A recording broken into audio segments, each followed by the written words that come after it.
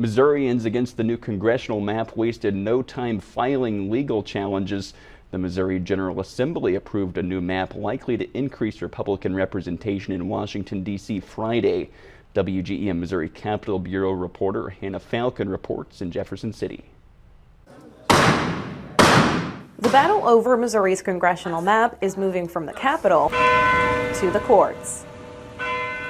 3 lawsuits against this new map are filed in Missouri, all with similar reasoning. The lawsuits filed against the state of Missouri and the Secretary of State claim the process of implementing this new map was unconstitutional. Typically, redistricting is done once a decade after the U.S. Census, but the state constitution is vague on whether or not mid-decade redistricting is allowed. But the Republican lawmakers backing this map stand by their process. Missouri, we absolutely have the authority to do this. We're not restricted to doing it only once every 10 years. Does it concern you that maybe you did all of this in the special session just for the map to be thrown out?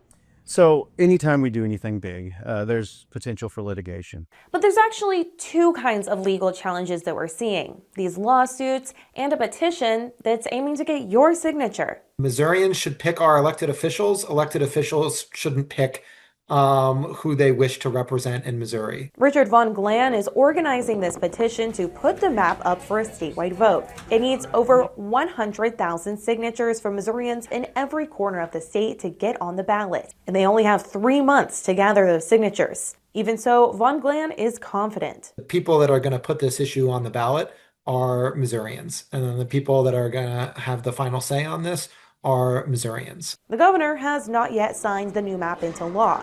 It is set to go into effect December 11th unless the courts or petition stops it.